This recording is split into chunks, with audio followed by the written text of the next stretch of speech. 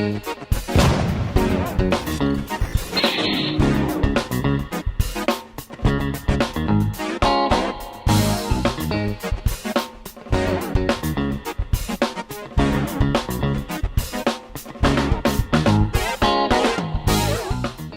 everyone, welcome back to Nat's Knackers Yard. I'm Nat, this is my Knackers Yard, and this is Beast Sans tank. Unusually for me, I normally work in the day, upload at the end of the day, so what you see is pretty much a live service. Live service? Yeah, not quite. Yeah, it's not YouTube live. I'm not, you know, you're not following me doing things in real time. That's probably a better way of putting it. In completely real time, because that would be fucking boring, because it takes me hours to do my stuff, and it takes me videos of up to 20 minutes ish. But this is still the Saturday that I'm starting this upload, predominantly because I'm going to be using Power Tools shortly, and I don't want to be trying to do that early on a Sunday morning on a bank holiday weekend. My neighbours hate me enough already.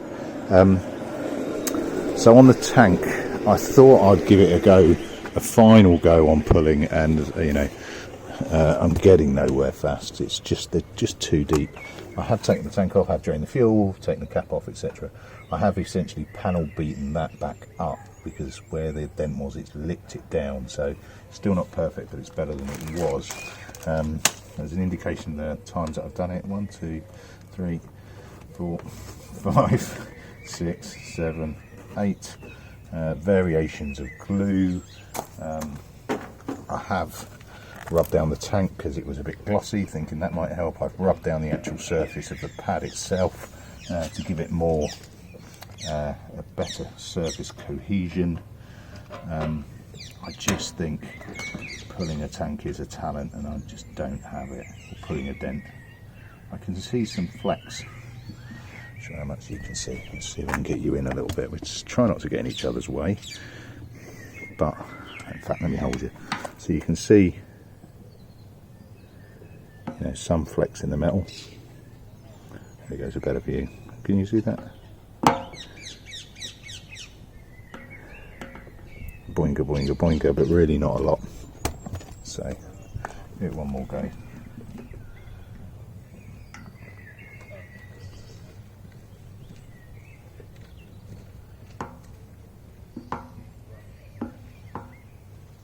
See the tank flexing.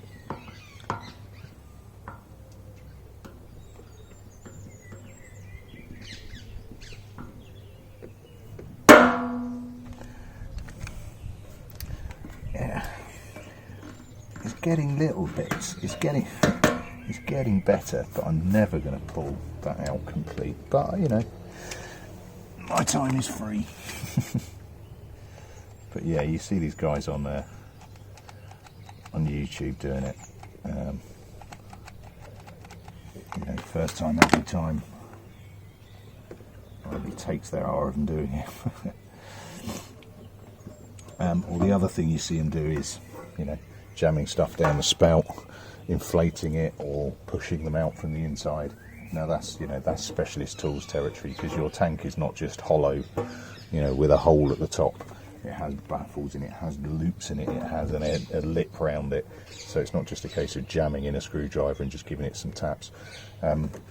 Also, the inside of your tank is coated as well. I'll let that cool a little bit more. Yeah, the inside of your tank is coated, and I don't really want to start arsing around with that too much, but yeah, we shall see. Let's just let that dry off a little bit. While I start, because I figure there's been at least one comment on it about audio on my ride videos. Yeah, it's not great. At some point I need to upgrade my microphone and have a decent look, but that's what I've got at the moment. This is done on a shoestring. And actually, most bimbling around on the bike, it's fine. It's just when you start getting to speed, and my commute does not generally allow me to get to anything like speed. But yeah, I'm still on a bit of a high, I think. It's to the MOT. Not because of the result, because of the ride. It was brilliant. It really is a great bike.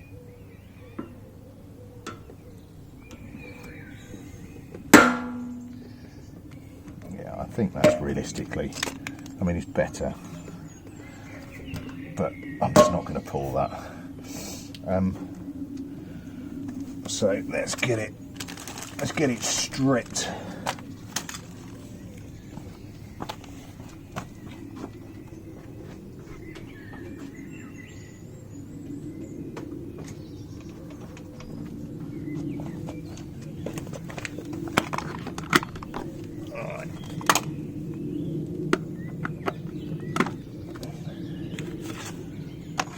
So, what I do have is my new pads, and I can't remember what they're called, but I will look it up and put it at the bottom. But I've had a very quick go with my old tank, one of my spares that I've stripped and cut to bits, just to see how quickly it goes, and it's impressive. I think my plan, because patch, I'm going to paint the tank, but what I'm going to try and do is mask out the Triumph. Not right on the line, but mask it out so that I don't really touch it, and then you know, gentle rub down the whole lot. Gentle rub down, because I don't want to destroy the colour or go through the colour, but I want something to adhere to. There's so many, you know, there's nests of little scratches and the like that I just want to get rid of. It also means it's an opportunity to get rid of that little dent, which I've also tried to pull and not got anywhere. Right.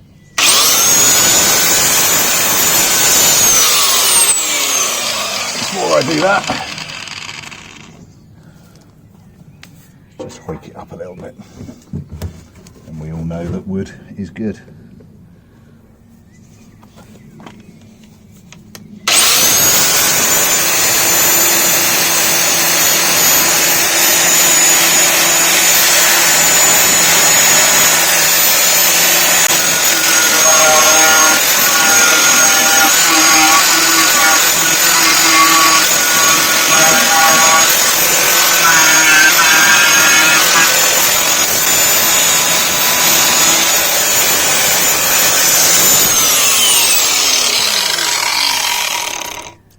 Wow, I'm never using paint stripper again.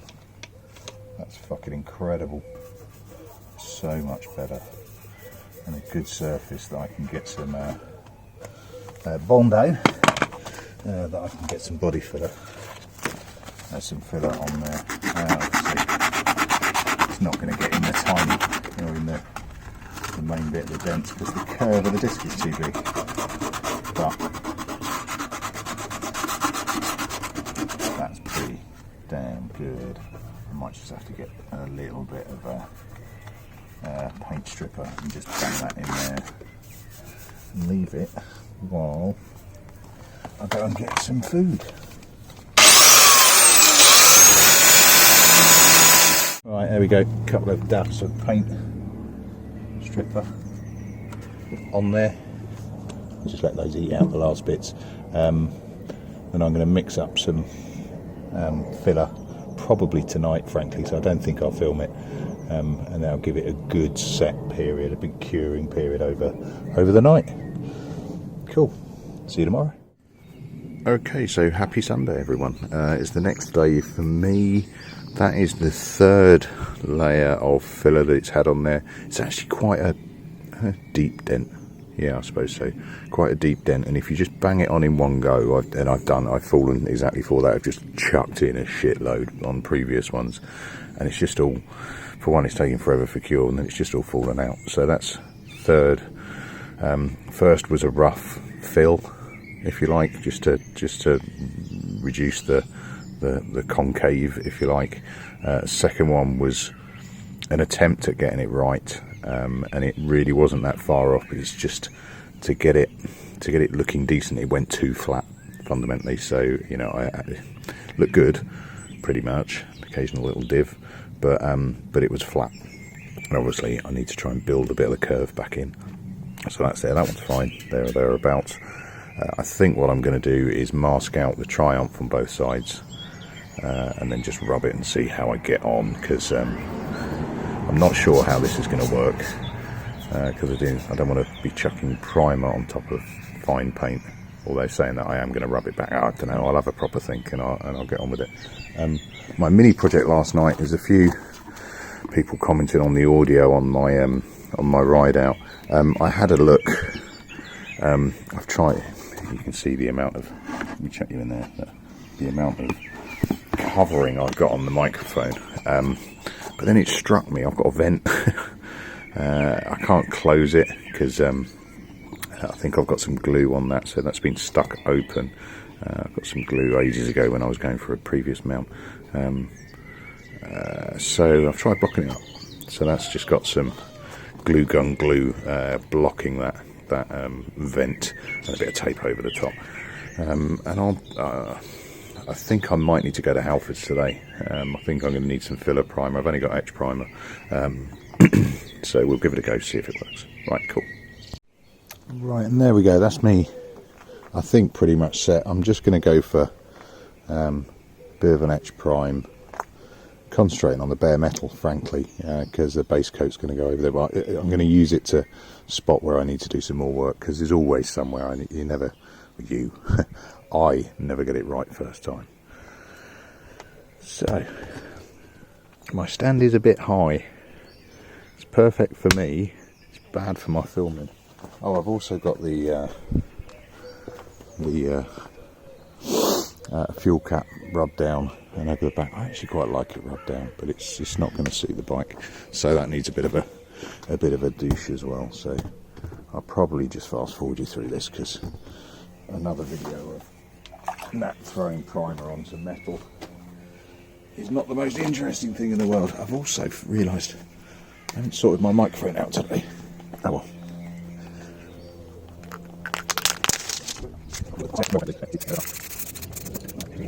Right, so more filler required. I've done a good job down the bottom. Happy with that. Doesn't look too bad. I've got a little bit of a tiny dent to fill in, but actually it's the curve at the top that I need to work on, and ditto on the other side. But that's fine. That's what we do this for. I'll let that cure, give it a rub down, and then break out my primer again. Alright, there we go. There's some knifing putty on top there. I've built it back up. Bit of knifing putty over the dodgy bits. Don't like using knifing putty. It's never seemed to work for me, but I thought I'd give it a go. And probably end up just using proper stuff. I've got you on my helmet because I need to go and get some. I've got you on my helmet. I need to go and get some high build primer, and I thought I'd try out my noise proofing. It does sound like I'm always out of breath though, because the microphone's quite so close to your mouth, because there's not a lot of room in a helmet, strangely enough.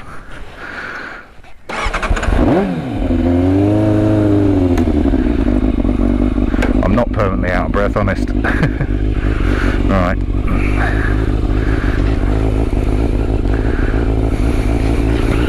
Let's see if this is any better.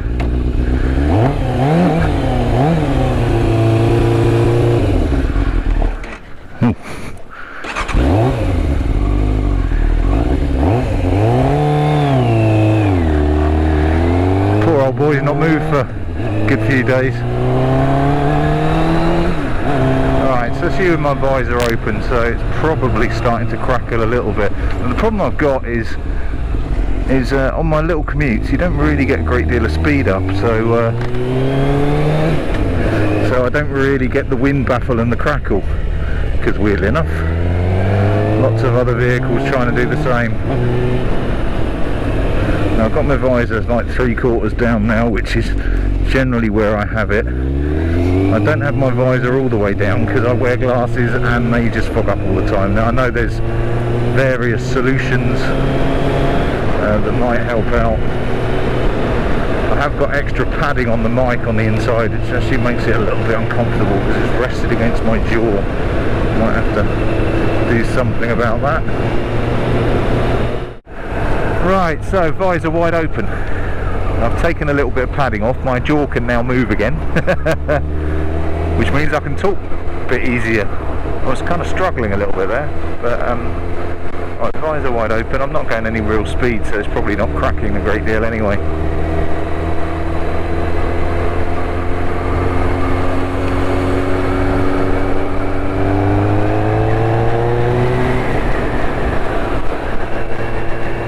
Right, so that's me back. I think my audio in my helmet's better now. I've had a go, well, I've had to relocate because the weather's decided to change on me, so that's had more top filler.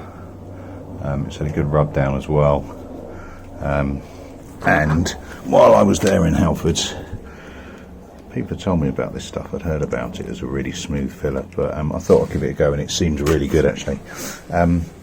They didn't have any high build, so I'm going to have to go for filler primer and see how I end up. I just wanted to have a little bit more about it than the standard. So let that warm up and we'll see if I'm any closer. Right, and there we go. The shape is bangers. I'm happy with that. The coverage is good. I've got one ripple. Come on, focus. There you go, one ripple there. But frankly, I'm content. I'm going to let that cure, take off all my masking. I wouldn't normally rub down primer very much, but it's the boundaries that concern me, so I'm going to try and smooth those in and then go over the black complete on the rest of the tank. Let's give it a go. Right, so that's had a rub down. Those edges are better. I've had to retape around the Triumph to make space for it. Now I'm going to go for my black, and that's better. It's not perfect, but I'm hoping the paint will cover it. Change of paint. The place where I got my spray paint stuff before does big cans of Rattle Black as well. Now I'm hoping this is good. For one, it's a local business. For two, they're good guys and they've helped me out before. And for three, that massive can is a £5. Right, I'm going to bang a load on it. I'm not going to film this because there just isn't room in my little cubby hole, my little hideaway from the rain. So I'm going to bang it all on and then bring it back in. Right, so one can lid here. Really good stuff. Really good stuff. Goes on nice and thick. I didn't notice it when I was opened it actually, but it's got the proper spray tips if it'll ever focus. There we go. So it really fans out, and they're the sort of tips that you see on Pro XL on the good stuff. Don't seem to get quite as much as you'd expect in a massive can, but more than enough for a task like that. I did then remember that I've got the fuel cap to do, got halfway through it and full disclosure ran out, so I had to resort to the last dregs remains of my Halfords Classic. Made me feel good actually, because it justified why I keep tiny bits of spray paint. One top tip though, when you're using the Bodycraft stuff, it does smell strong, so I did give it a quick smell. And bearing in mind I'm normally in an open garden, I'm sort of tugged, this piece of lucky, I'm tapped away in a small garage, so I did decide to stick my mask on. I don't normally use it on base coats actually, but I had it out to use with the 2K clear. Right, so taking a tape off, I've got like my shiny shadows and straight lines. I think what I'm going to try and do, I don't normally rub down before I put clear on. I normally put clear straight on in case you rub through it and go through to other colours, yada yada yada. That's less of a factor in this one. So I've got some 2000 grit down there soaking away, and it's just a point of note, and I don't often try and teach. I'm normally just taking you along on the journey. If you are wet sanding, make sure your paper is soaked wet, not just sprayed wet or splashed wet. You'll get a lot better results. Right, so 2000 grit, I'm just going to give this a gentle rub down, try and ease some of these edges a little bit, the sharp edges on the original paint. It's a lot of balls ache when frankly I could have just sanded that off and chuck a decal on, but I wanted to keep that original. It would have been considerably easier not to, frankly. But I wanted to keep it original. It's nice to have the odd original little accent on a bike, particularly when it's been changed quite so much. Right, let's get going. Right, bit of a rub down. I mean, it's better. I've no idea if this is going to work at all. I honestly don't. But you don't know if you don't try, do you? But yeah, I think we will see how the lacquer copes with it and see what it fills in and what it doesn't. So I'm going to use my Pro XL. I say my Pro XL, it's the stuff I use quite routinely. It is brilliant stuff. Goes on beautifully thick, dries really well, and I do have videos showing its petrol And I say petrol proofing is petrol resistant qualities as well. So I'm going to bang that on and then I'll drop you back in. Two slight problems. One, that's not 2K clear, it's just clear. Because it's not two part, it's one part, which is fucking irritating because I'm adamant that was sold as 2K. But I'm getting little dots. Now, I don't quite know why. It's not a weather. I mean, I know people say, oh, it's weather, but I've not had them before. But, I mean, it's looking brilliant, I have to say. But I am getting a few of them. You can see them around the top on the underneath of the light. Now, as irritating as that is, I could probably get away with it with some of Charlie's carbon tape.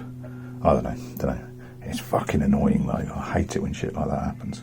But all we can do is let it dry, see how it rubs without getting too concerned. Although I did have a big fucking dust fell off the ceiling. There you go. Look at that, that's awful. But hey, we do what we can do. It's been good though. And I'm really happy I've managed to keep those original decals. Right, I'm going to let that dry off, give it another couple of coats, just finish off that can of clear, and then we'll see where we end up. But look at that, that looks fucking brilliant. So that's the frustration. In some places it's amazing, in others it ain't. Right, so I've pretty much I've got rid of most of them anyway. There's a few little bits left. We'll have to see how they rub out. I'm not sure what happened there. Some sort of contamination, maybe after I cleaned the tank after the rub down. I didn't clean it well enough, I don't know. But we'll see what happens. Now, what I was thinking was let this cure rub it down and see what it looks like. My initial thing was saying, well, okay, I can rub it down and then I can bang some 2K clear on top of it. Kind of the Del Boy approach of just keep whacking it on. But and then looking at the label, it is actually UV and petrol resistant. So I don't know. What do you think, people? I've obviously got to let it cure. I'm going to give it a polish down and see how it looks. And then I think worst case scenario, I may find that I have to go over it once more. But we'll see. We'll let it cure, let it settle, do its thing, and then let it tell us what it wants doing and what it needs doing. Right, that'll do me for another one. I think the fundamental element though is that it hasn't got that big dent in it anymore.